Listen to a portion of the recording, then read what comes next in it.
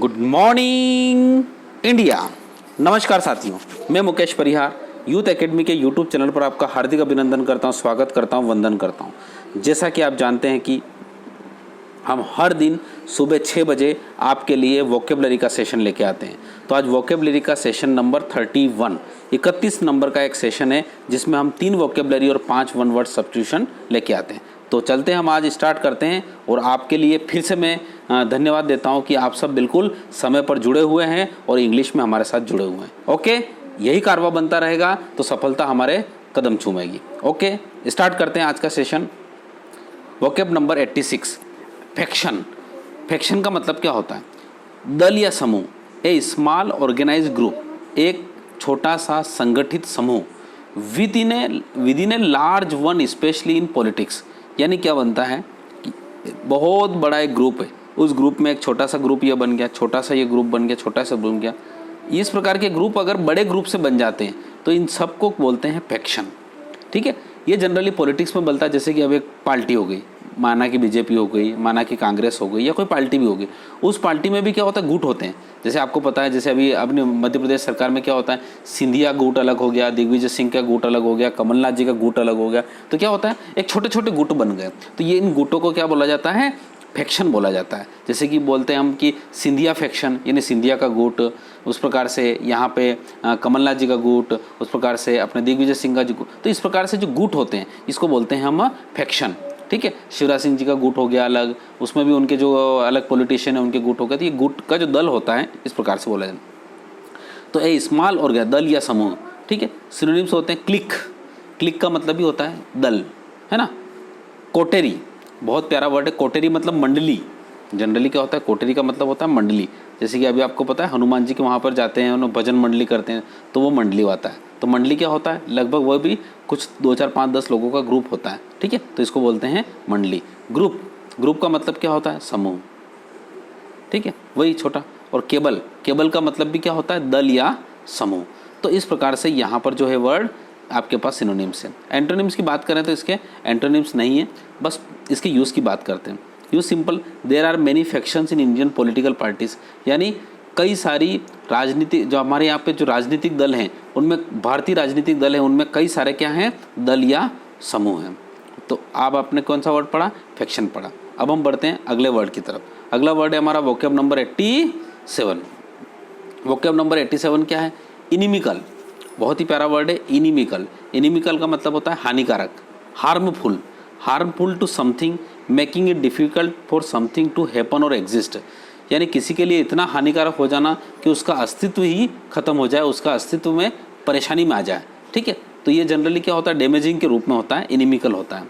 ठीक है, जैसे कि एक आदमी दूसरे आदमी के लिए हानिकारक होता है। ठीक है, 2 भाई एक दूसरे के पास में रह रहे हैं, पर वो दोनों के जो काम है वो इस प्रकार से है कि वो दोनों एक दूसरे के हानिकारक हैं।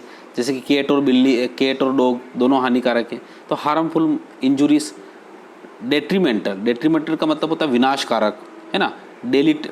डेलिटेरियस का मतलब होता है जो खत्म करने योग्य, जिसको मिटाने योग्य, समाप्त करने योग्य। ठीक है, एंटोनिम्स इसके पढ़ते हैं बेनिफिशियल, लाभकारी, एडवांटेज, वही लाभकारी, फेवरेबल, पक्षधर, हेल्पफुल, मददगार। ये इस प्रकार से ये इसके जो होते हैं, ये इसके क्या हो गए, एंटोनिम्स। ठीक है, आगे चलते यूज़ करते हैं। The dog and cat are inimical to each other. यानी कुत्ते और बिल्ली एक दूसरे के लिए क्या होते हैं, हानिकारक होते हैं, इनिमिकल होते हैं। ठीक है, next word is treason. Treason बहुत ही प्यारा वर्ड है। ट्रेजन का मतलब होता है देशद्रोही या गद्दारी। गद्दारी नहीं होगा, गद्दार होगा यहाँ पे, क्योंकि यहाँ पे नाउन फॉर्म के रूप में यूज़ करना है, तो गद्दार होगा। यानी the criminal act of causing harm to your country. यानी एक आदमी इस प्रकार का क्रिमिनल एक्ट करता है जो उसके देश को हानि पहुंचाता है, देश के हानि का कारण बनता है वो। For example by helping it's enemies. यानी उदाहरण के लिए कि उस देश के शत्रुओं की मदद करना। ये सब जनरली क्या होता है, क्राइम तो करते हैं ये लोग, इधर को कोई चीज़ें चुरा ली, उधर को किसी का मार डाला, किसी की हत्या कर दी, वो सारी चीज़ें हैं। पर जब देश के खिलाफ अगर कोई खड़ा हो जाता है, देश के दुश्मनों की मदद करता है और देशद्रोह, तो वो होता है ट्रेजन। ट्रेजन मतलब होता है देशद्रोही। ठीक है, सिनोनिम्स की बात करें तो इसका डिसलॉयल्टी जो होती है मतलब गद्दारी, ट्रेचरी भी गद्दारी होती है, बिट्रेयल मतलब देशद्रोह, डुप्लीसिटी का मतलब भी देशद्रोह होता है। तो यहाँ पर जो हो रहा है एंटोनिम्स की बात करें तो लॉयल्टी वफादारी, फेथफुलनेस और एलिगेंस जो होता है ये इसके क्या हो गए एंटोनिम्स हो गए। यूज़ में देखें तो treason is a serious crime, treason जो है वो एक गंभीर अपराध होता है, ध्यान रखिएगा। देशद्रोही या गद्दारी करना बहुत ही गंभीर अपराध है, इसके लिए बिल्कुल भी माफ़ नहीं किया जा सकता। तो आप आज आपने कितने वर्ड पढ़े 86, 87 और 88। फैक्शन, इनिमिकल और ट्रेजन। फैक्शन का मतलब होता है दल या समूह, इनिमिकल का मतलब क्या होता है हानिकारक, है ना, और ट्रेजन का मतलब होता है देशद्रोही या देशद्रोह। ठीक है, अब हम बढ़ते हैं हमारे पास वन वर्ड सब्स्टिट्यूशन की तरफ। वन वर्ड सब्स्टिट्यूशन कितने हो चुके हैं, बिल्कुल मन में सोचिए कितने हो चुके हैं। ओहो बिल्कुल बहुत बढ़िया, आज अपना 1.5 शतक लगने वाला है ना, 150 पे पहुंचने वाला। तो incapable of being read, incapable of being practised, incapable of being prepared, a decision upon which one can not go back or an effect which has a reference to the past. ये पांचों word हम एक साथ आज पढ़ेंगे। देखिए पढ़िए इसको कैसे होता है। इनकेपेबल, देखो कल हमने वैसे भी आपने पिछले सेशन में, कल के सेशन में इनकेपेबल का अर्थ समझा था। इनकेपेबल, केपेबल का मतलब आपने समझा था, केपेबल, केपेबल, केपेबल का मतलब होता है समर्थन और इनकेपेबल का मतलब होता है असमर्थ। तो इनकेपेबल ऑफ बीइंग रेड यानी जो चीज़ पढ़ी नहीं जा सके, तो देखो जो पढ़ी जा सके उसको क्या बोलते हैं लेजिबल। और IL एक और लगा लो, इलिजिबल। एलिजिबल का मतलब होता है अपठनीय, यानी क्या होता है इसका मतलब अपठनीय, यानी जिसको पढ़ा नहीं जा सके उसको बोलते हैं eligible. Incapable of being practised यानी जिसकी अभ्यास नहीं किया जा सके। इनकेपेबल ऑफ प्रैक्टिस का मतलब होता है जिसको व्यवहार में नहीं ला जा सके, यानी व्यवहार में लाने में असमर्थता, उसको बोलते हैं अव्यवहारिक। क्या बोलते हैं उसको, अव्यवहारिक।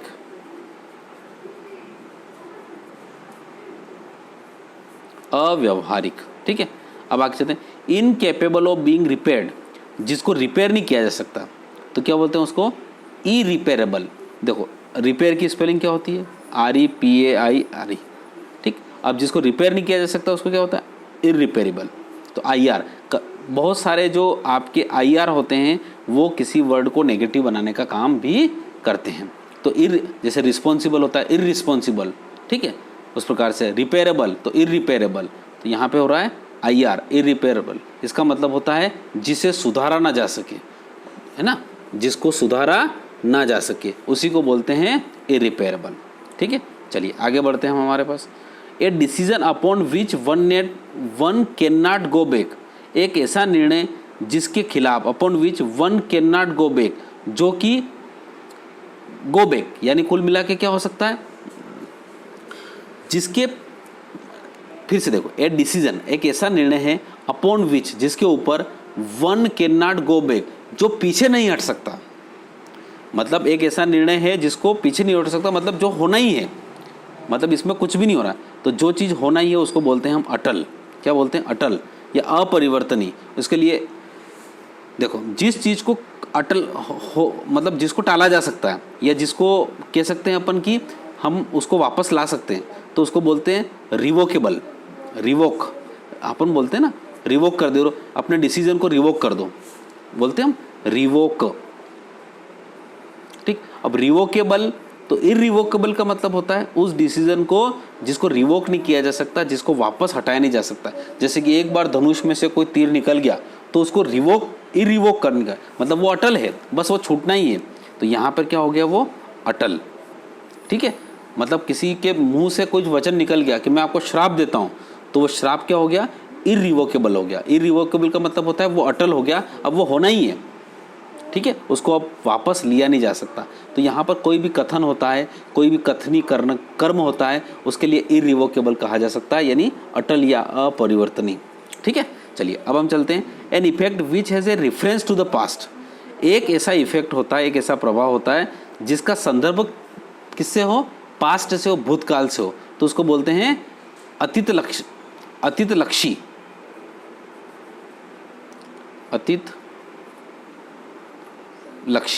ठीक है। या फिर उसको पूर्व व्यापी भी बोल सकते हैं अपन, पूर्व व्यापी।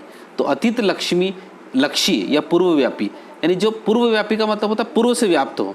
देख आदमी जैसे हम बोलते हैं कि यार ये कुआं है, तो अपन क्या बोलते हैं, कुआं आज तो का थोड़ी है क्या, ये तो रेट्रोस्पेक्टिव है। रेट्रोस्पेक्टिव का मतलब क्या होता है, ये ऑलरेडी कई, इसका संबंध जो है पास्ट से, इसका जो प्रभाव है पूरी तरह से भूतकाल से, तो इसको बोल सकते हैं हम रेट्रोस्पेक्टिव। ठीक है, तो आज हमने 3 तो वर्ड पढ़े। पहला वर्ड पढ़ा फिक्शन, दूसरा वर्ड पढ़ा क्या पढ़ा आप लोगों ने, ध्यान रखिए, इनिमिकल हानिकारक, और तीसरा वर्ड पढ़ा ट्रेजन, मतलब क्या होता है, देशद्रोह। तो फिक्शन, इनिमिकल और ट्रेजन, हम इसको देखो तीनों को एक साथ बोल सकते हैं कि देशद्रोह का कारण क्या होता है, पॉलिटिकल पार्टियों में फैक्शन होने के कारण वहाँ पे इनिमिकल यानी हानिकारक हो जाती है।